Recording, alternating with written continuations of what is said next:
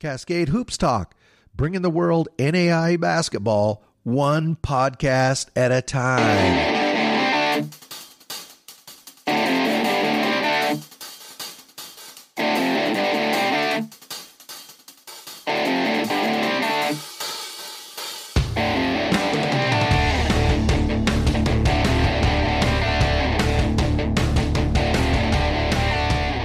Good morning to everybody. Billy D here, Cascade Hoops Talk.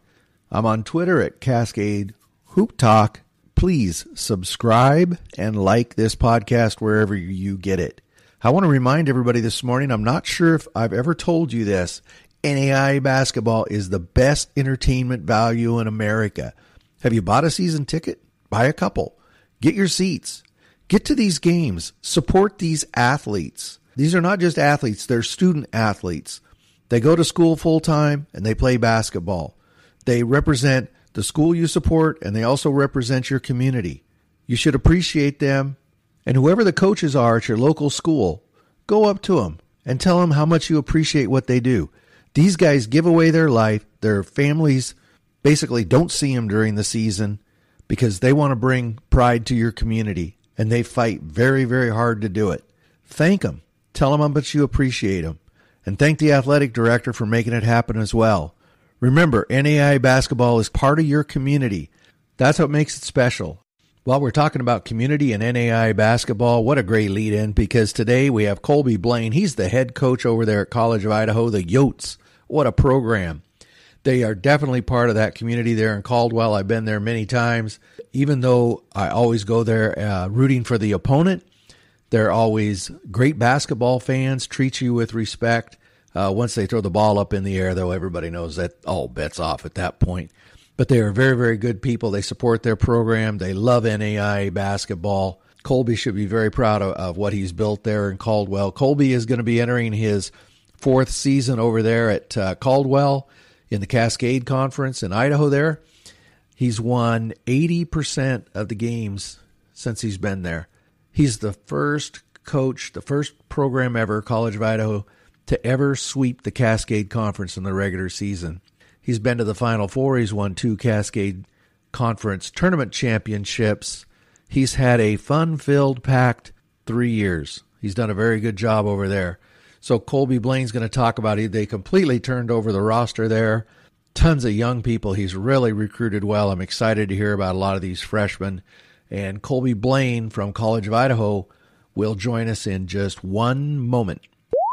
Cascade Hoops is Billy D. Hey, got Colby Blaine here, head coach at College of Idaho. Plays there in the Cascade Conference. Welcome, Coach. I appreciate you having you on. Absolutely. Good to be on. That means it's basketball season. Yeah, absolutely. We're there. You know, so Coach Blaine, you've been, I think, if I'm not wrong, you're going into your 4th season. You've really sucked there at College of Idaho. You've only won 80% of your games since you started. You hit the final. You made the Final Four. First team in the history of the Cascade Conference to ever run the regular season. The 2020 Coach of the Year. Coach, can you talk a little bit about what it's meant to just be a piece of that great program there in Caldwell? Well, I've been very lucky to have great people along the way with me. We have incredible administration here at the College of Idaho that provides us the resources we need and the positive energy that we need to be successful. And as you know, we have an incredible community. The support, in fact, our season tickets right now they're impossible to get. There's a list that has got 30 or 40 people on it that probably won't get season tickets because they're sold out. So, it takes a village to have this type of success, and it's been extremely fun to just be a small piece of it and to keep it rolling. But I feel very lucky to be a part of it. Last season was just a tough year. There was hard to get games, hard to keep them scheduled, just so many things that just made it impossible. It looks like this year we're going to get back to a semblance of normal. You are loaded with new talent, young talent, high school talent. I want to talk about that. But first, can you talk about your recruiting philosophy? You seem to get a lot of top-tier Idaho and Montana talent.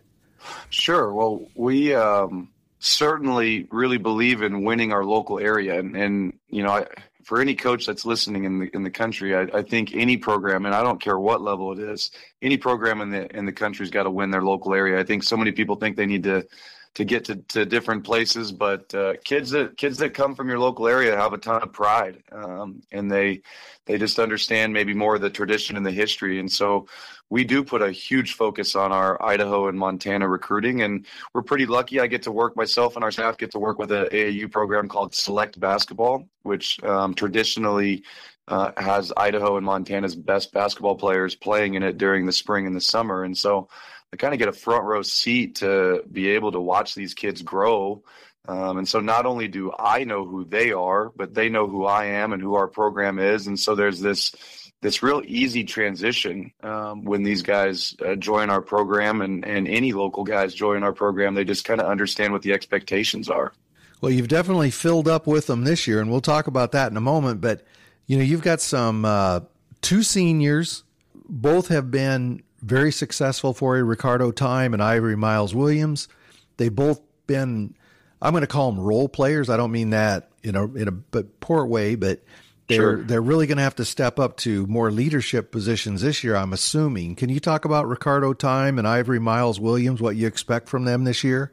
Well, we're thrilled that they're back. Everybody last year had a choice to, maybe transfer or to move on and graduate. And both Ricardo and Ivory graduated on time, and now they're part of our graduate program, which was awesome to see them walk across the stage. But both of those guys from the beginning were committed to wanting to come back to College of Idaho, wanting to experience what this place can provide them, wanting to make this place, and finish their careers with the dreams and goals that they started with. And so I'm thrilled to have them back. They're fun to be around. They have a great energy about them, and they definitely know what they want. And so that's been fun for our youngsters, all of our young guys that have come in, to be able to kind of feel their energy. But you kind of said it right. They both have played some roles. They played great roles on our team 2 years ago when we finished number 1 in the country. And so they're in this transition period of learning how to deal with higher expectations, and it's not even higher expectations, I guess. It's just more expectations, right? Different. In terms of, different expectations. And really what it is it's not statistics. It's just more about consistency and communication. And I mean, that's just, it's not about those two. It's just about, we always need older guys on the team to do that. And guess what? They are the older guys now. And so, but I wouldn't want any other seniors in that position. Both of them are awesome. And as you know, Ivory hurt his Achilles last year. Yeah. He's been fully cleared and he looks really good. So I'm excited for him to be able to hit the court here soon. I'm glad you cleared that up. I was curious about that. And then for folks around the country who don't know, Ricardo Time, I know he struggled a bit in the COVID season shooting, but I write that off. I mean, this guy is just stone cold with the three. Don't give him any room. But you've also got a couple of underclassmen. Derek Wadsworth, who I swear he's in his 9th year there, junior. He's your only junior. A good team guy, a good guy you can count on, a blue collar guy, and then Charles Elzy, only a sophomore, who plays like a junior or a senior sometimes. I'm sure those are guys you're really going to look to as well. Yeah, well, you're really, you're hitting on our upperclassmen. I call them our veterans, guys we're going to count on a ton. I love talking about Derek because at the end of the day, there's one word that describes him better than any word, and it's winner. He is a winner. He won 3 state championships as the starting point guard in high school. He's been a part of all of our success for the last 3 years, and he just knows how to win, and that's really hard to teach. It's really, really hard to teach, and winning is a lot of things. It's how you show up every day. It's how you cut. It's how you block out. It's how you defend. It's how you handle adversity. And so he's a great winner and a guy we can count on. And then you're right, Charles Elzy got great experience last year with our 17-game schedule as a point guard for us and really finished the year strong. And so we're excited about giving him more responsibility this year and using his strength and speed to be able to create for other guys. He's done a really nice job of becoming kind of a pass-first point guard and really getting everybody involved. Yeah, I noticed he had 56 assists in that shortened COVID season. One other thought on Derek Wadsworth, one of the nicest guys I've ever talked to. Very personable, really represents your program well. As most as you know, when you visit with College of Idaho, that's what you're going to find up and down the roster. Absolutely. Well, we put a huge emphasis on that about communicating properly with people, and again, that's Derek just being a winner. So, Colby, there's a long list of freshmen here. There's a couple, and if I pick them out wrong, you correct me. But one name that really jumped out at me was Jake O'Neill. He was your top rebounder in that short COVID season. Played 26 minutes a game. He's only 6'4", from Fruitland, Idaho. Can you tell fans a little bit about Jake O'Neill? Yeah, so Jake joined us last year. His freshman year, he went to play golf at Boise State. Oh, that's right. Okay, I remember him now. Yeah, so we had recruited him a little bit before, but he chose golf. And then about midway through that year, he just had realized, he really wanted to be part of a team sport. And so we started talking in the spring when he was done with his golf season, and he decided to join us. And funny thing is, I told him, I said, hey, it's going to be really hard to play here. We've got great depth. You're going to be a freshman. I just don't know if you're going to be in the rotation. And, I didn't even play him in our first game last year against Montana Tech. He wasn't in our rotation. And then the doors kind of opened. Ivory gets hurt, and Jake had a couple good minutes in some of our D1 games, and the rest was history. In our last 8 games, I believe he averaged 14 points and 10 rebounds in the last 8 games of our COVID season. So he's just a relentless bulldog. I mean, you talk about a tough kid. He's in the gym every day, lifting, shooting, everything that you can think of to be a great athlete. But he's just relentless on the glass and through in transition anywhere during the game. So his statistical achievements are not a fluke, as I like to say. Well, he'll be a big addition. You'll really, as you know the Cascade Conference as well as anybody. You got to rebound the ball, and so he'll definitely be critical. You have there's 3 freshmen that they all played about 15 minutes a game in the I keep calling it the COVID season. Tyler Robinette, he's out of Middleton. Johnny Radford out of Haley, Idaho, and then Big Paul Wilson, the 7-footer out of Idaho Falls. They all played about 15 minutes a game. Can you just talk about that group a little bit? Yeah, so talented group, very talented. Came in during a hard time. None of them lived on campus. We didn't get to practice well together, and so they all last year was an interesting year for them to be freshmen in our program. But they all did get some opportunity. Johnny Radford came in here as a high scoring guard. He scored 27 points a game in high school. He can really shoot it, and he's made good strides over this last year. He struggled towards the end of our last year making shots, as most freshmen do, but he's now got a stronger frame and has a year under his belt to kind of understand the grind of the season. And so he's got a chance in our league to be one of those, as you know, the NAI has some of the best scorers out there. Yep. And he's a guy who's built like that. When you're watching film, you're just like, holy cow, how did he make that? The one guy here I'm super impressed with his offseason was Tyler Robinette. He's got great length. He's 6'7". And this summer he really hit the weights hard. He came in and crushed his conditioning test at the beginning of the year, which, I don't know what I expected, but I was pleasantly surprised when I saw him just absolutely crush the conditioning test. And so he's really building a lot of trust in our program and showing that he's a very talented guy and a mature guy. So I kind of expect Tyler Robinette to do some big things this year. And then, as everybody got to see a little bit, if you were following along, Paul Wilson really finished the year strong at 7 feet, 240 pounds. He's a force. He's still learning what he's capable of, but he's in great shape right now. Can really run, get up and down the court, and his size in our zone really brings, a rim protector. Coach, there's a couple of guys you recruited who haven't played yet, right? So they haven't played 1 minute of college basketball, but I want to talk about a couple of them, and I'll kind of open it up, let you talk about any others you feel we need to. One guy that caught my eye was Caden Handren. He's 6'6". He's out of Scobie, Montana. My dad grew up and played basketball about 40 miles south of there at Wolf Point. He was captain of a high school team there, and they won the state championship back in the day. So he caught my eye immediately, and he never lost a regular season game in high school. 2 state championships, 4-time All-State Class C. Talk about Caden. Yes. When I mentioned Derek Wadsworth as a winner, Caden Handren is the exact same. He is a winner. He went 99-3 in his high school season. I've watched him play many AAU games, got a chance to coach him.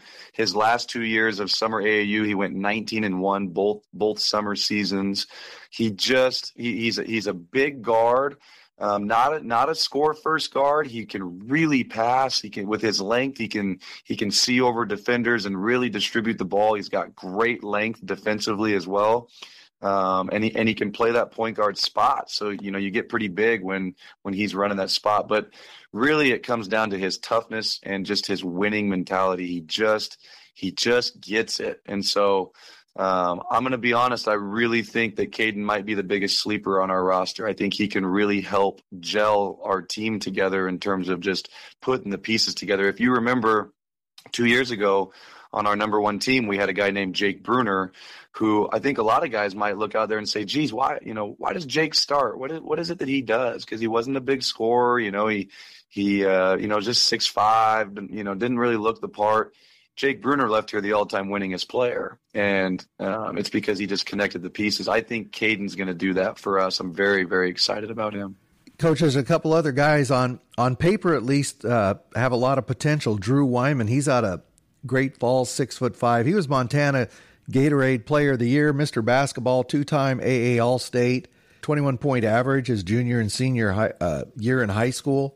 Drew's a talent for sure. We worked really hard to get him here as well as all the other freshmen. But Drew is definitely somebody that I think can make an immediate impact in our conference and on the national stage at our level. He's extremely strong for an 18-year-old. He came in fantastic shape. I mean, he is a chiseled 205 pounds. He has a unique athleticism about him that I'm excited for the fans to get to see. His vertical is, it's kind of a straight up vertical. So what I mean by that is he'll get an offensive rebound and flat foot just dunk it. Wow. It's pretty impressive. And he's got a bulldog mentality as well. His work ethic is pretty incredible. And so we feel great about him being able to come in and make an immediate impact. He actually had 2 Division I offers, one to Niagara and one to Incarnate Word in Texas.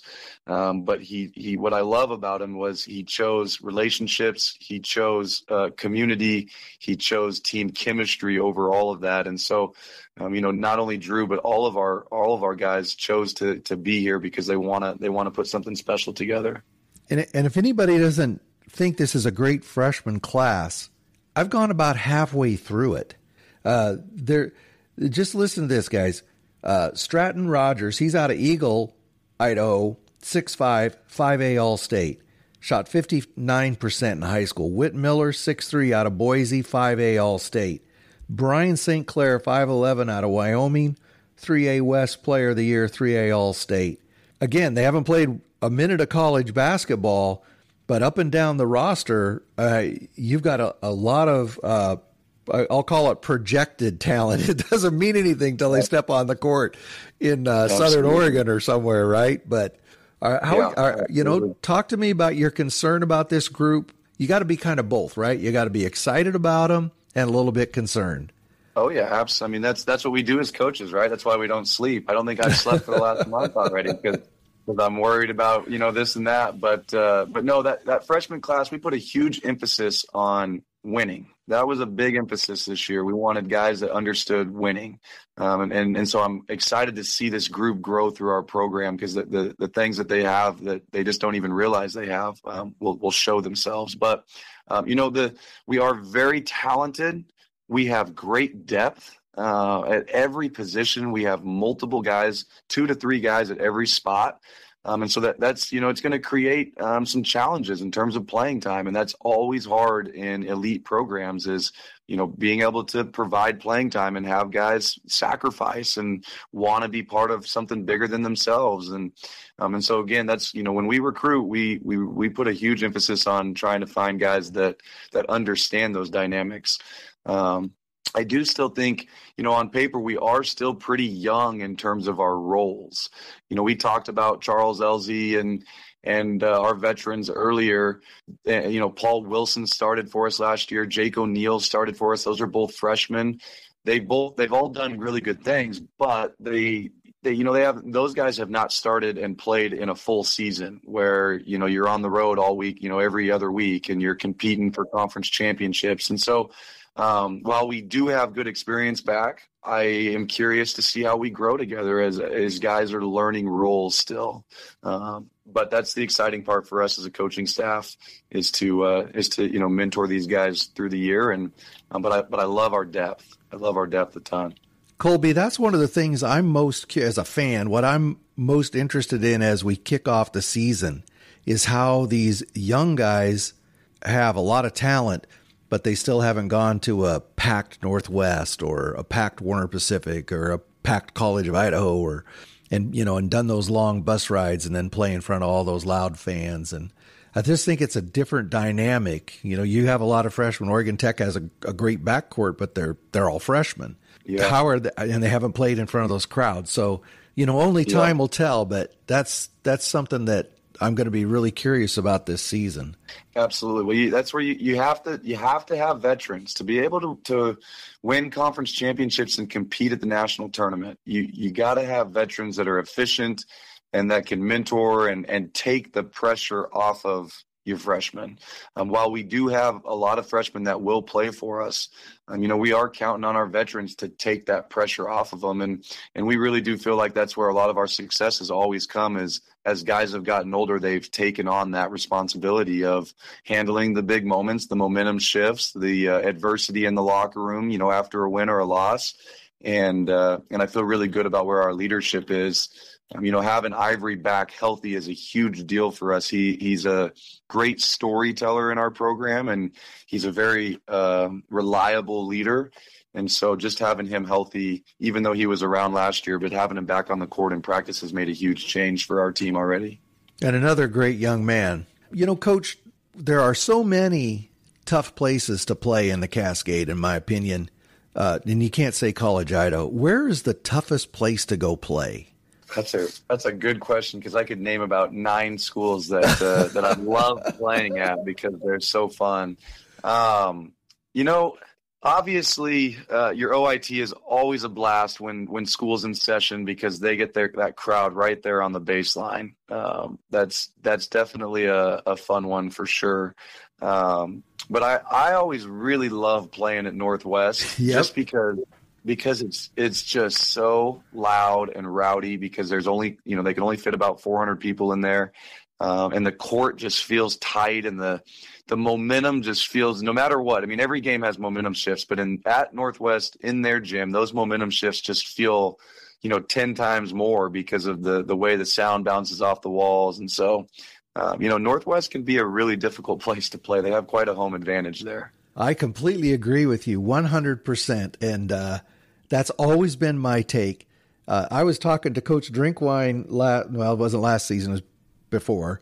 And they were talking about, we really wish we could get a bigger gym, and I told him, you're crazy. This is your greatest competitive advantage, this gym. Yeah, the tight-knit feel is pretty cool. You don't have any room to take the ball out on the side or on the ends, and then the shooting backdrop is something you don't see anywhere else. Oh, yeah. Well, you feel when there's somebody literally, 12 inches behind you with their feet sitting on the first row of the bleachers, you can feel them. It feels like there's 100 defenders in there. So it's fun, though. We enjoy it. It's a good experience. And as you know, Billy, you've seen the success of the Cascade in the national tournament. That's a big reason is when we go on the road in our conference, we have a bunch of different environments that really get us ready for the adversity we feel at the national tournament. Yeah, that's a good point because it's what, Evergreen's that big open gym, Northwest and Warner Pacific are those, tight gyms, and you kind of got everything in between. You were talking about, getting this team together, going to have to test your freshmen. I was looking at your schedule. First 5 games, Rocky Mountain, Park Gilbert, Montana Tech, Carroll, and Northwest Nazarene. You're going to find out really quick where you're at. Yes, we are. We love making our preseason, as difficult as we possibly can because there's, playing teams that maybe just aren't as organized. They just don't provide you what you need to be ready to play in our conference. And so we always want to schedule as hard as we can, and we're pretty lucky to have the Frontier Conference, within a driving distance of us.